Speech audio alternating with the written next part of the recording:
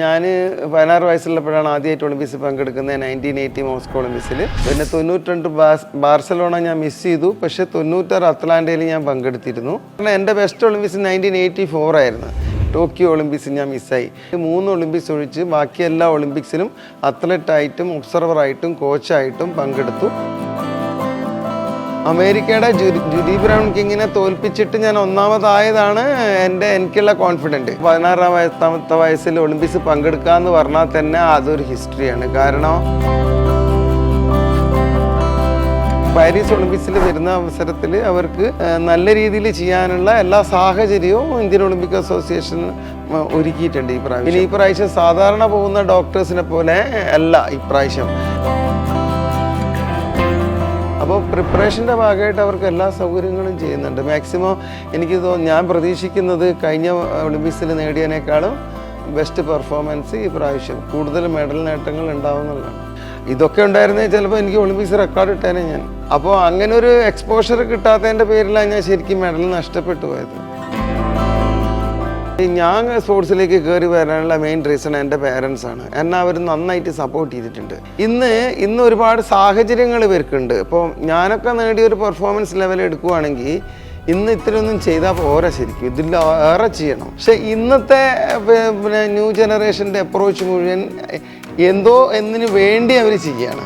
ജോലി കിട്ടിക്കഴിഞ്ഞ് കഴിഞ്ഞാൽ സ്പോർട്സിൽ നിർത്തുക എന്ന് പറയുന്നത് അത് ഒരു ശരിയായ അപ്രോച്ചല്ല. അപ്പോൾ എനിക്കൊന്നും ആവാൻ പറ്റില്ലായിരുന്നു. എൻ്റെ ജോലി എനിക്ക് ലക്ഷ്യമെങ്കിൽ എനിക്കൊന്നും ആവാൻ പറ്റില്ലായിരുന്നു. പിന്നെ ഞാൻ MP ആണെങ്കിലും ഒളിമ്പിക് അസോസിയേഷൻ പ്രസിഡൻ്റ് ആയെങ്കിലും അതൊക്കെ സ്പോർട്സ് തന്നെയാണ്. 4, 5 മെഡൽ, സ്വർണ്ണ മെഡലുകൾ ഏഷ്യൻ ഗെയിംസിലൊക്കെ നേടുക എന്ന് പറഞ്ഞു കഴിഞ്ഞാൽ അതത്ര എളുപ്പമൊന്നുമല്ല. 55.4 സെക്കൻഡ് എന്ന് പറഞ്ഞാൽ അന്ന് ഇവിടെ റെക്കോർഡാണ് ഇന്നും കിടക്കുന്നത്. നമ്മൾ കേരളം എല്ലാവർക്കും ഒരു ഉദാഹരണമായിരുന്നു. നമ്മളായിരുന്നു വഴികാട്ടി എല്ലാ സ്റ്റേറ്റിനും.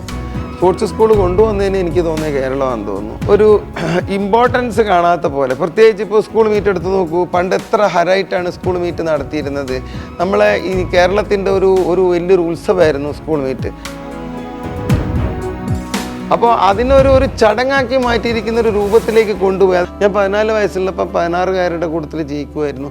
ആ ജോലി എൻ്റെ ലക്ഷ്യമൊന്നുമല്ല, അതിൻ്റെ ഒരു ഭാഗം മാത്രമായിരുന്നു. അന്ന് എനിക്ക് ഇന്ത്യൻ എയർലൈൻസിൽ ജോലി കിട്ടിയിട്ട് ഇന്ത്യൻ എയർലൈൻസ് ജോലി വേണ്ട. പണ്ട് എനിക്ക് മുട്ടയൊന്നും ഇഷ്ടമായിരുന്നില്ല. മുട്ട ഇഷ്ടമില്ലാത്ത ഞാൻ വന്നിട്ട് പാലിൽ പച്ച മുട്ട ഉടച്ച് കഴിക്കുമ്പോൾ എനിക്കത് കഴിക്കാൻ പറ്റില്ല. അപ്പോൾ അത് സാറ് എന്നെ കണ്ടെത്തി പിടിച്ച് പിന്നെ എന്നെ കഴിപ്പിക്കും. പിന്നെ എൻ്റെ പെർഫോമൻസ് കൊണ്ടാണ് പല സൗകര്യങ്ങളും ഇന്ത്യയിൽ വന്നതെന്നുള്ളതാണ്. അപ്പോൾ അത് മാറ്റിയെടുത്ത ഞാനാണ്. ഞാൻ ഇന്ദിരാഗാന്ധിനെ പോയി കണ്ടിട്ട് എൻ്റെ കോച്ചിൻ്റെ ഒപ്പം വരണം എന്ന് പറഞ്ഞിട്ടാണ് പിന്നീട് അങ്ങനെ ഒരു രീതി ഇന്ത്യയെ തന്നെ കൊണ്ടുവന്നത്. അതായത് അവരുടെ പേഴ്സണൽ കോച്ച് അക്കമ്പനി എന്നുള്ള സിസ്റ്റം കൊണ്ടുവന്നത് തന്നെ ഞാനാണ്. നമുക്കും മെഡലുകൾ ഒളിമ്പിക്സിൽ നേടാൻ പറ്റും. നമ്മൾ കൂടുതലും നമ്മളെ ഇന്ത്യയിൽ സ്പോർട്സ് സയൻസിന് നമ്മൾ നെഗ്ലക്റ്റ് ചെയ്തിട്ടാണുള്ളത്. എന്ത് ടാലൻ്റ് ആയിട്ടുള്ള പ്ലേയേഴ്സ് ഇല്ലേ? തീർച്ചയായിട്ടും ഉണ്ട്. നമ്മൾ ഇനി വരും ഫ്യൂച്ചറിൽ നമ്മൾ സ്പോർട്സിൽ കൂടുതൽ നേട്ടങ്ങൾ ഉണ്ടാക്കുമെന്ന് തന്നെയാണ് ഞാൻ വിശ്വസിക്കുന്നത്. അപ്പോൾ അവർ നേട്ടങ്ങൾ ഉണ്ടാക്കണേ നമുക്ക് അവർക്ക് എല്ലാതരം സാഹചര്യങ്ങൾ അതിനൊരുക്കണം. അതാണ് ഇപ്പോൾ ചെയ്തുകൊണ്ടിരിക്കുന്നത്. അപ്പോൾ അത് സ്കൂളിൻ്റെ PTA ഇവിടുത്തെ MLA ഒക്കെ ഇടപെട്ടിട്ട് അത് ഇല്ലാതാക്കാൻ വേണ്ടിയാണ് ശ്രമിച്ചത്. ഡെവലപ്മെൻറ്റിന് വേറൊരു രീതി കാണാൻ പാടില്ല. നമ്മളൊരു സംഭവം കൊണ്ടുവരുമ്പോൾ അതിനെ ഡെവലപ്മെൻറ്റ് എന്നുള്ള രീതി അതിനെ കാണാൻ പാടില്ല. അതിൽ പ്രത്യേക രാഷ്ട്രീയം കാണരുത്. ആത്മാർത്ഥമായിട്ട് തീർച്ചയായിട്ടും ഞാൻ സഹായിക്കും. എൻ്റെ അവർക്ക് എപ്പോഴും ഒരു പോസിറ്റീവായിട്ട് അവർക്ക് ഏത് രീതിയിലും എൻ്റെ സഹായം ഉണ്ടാവും തീർച്ചയായിട്ടും.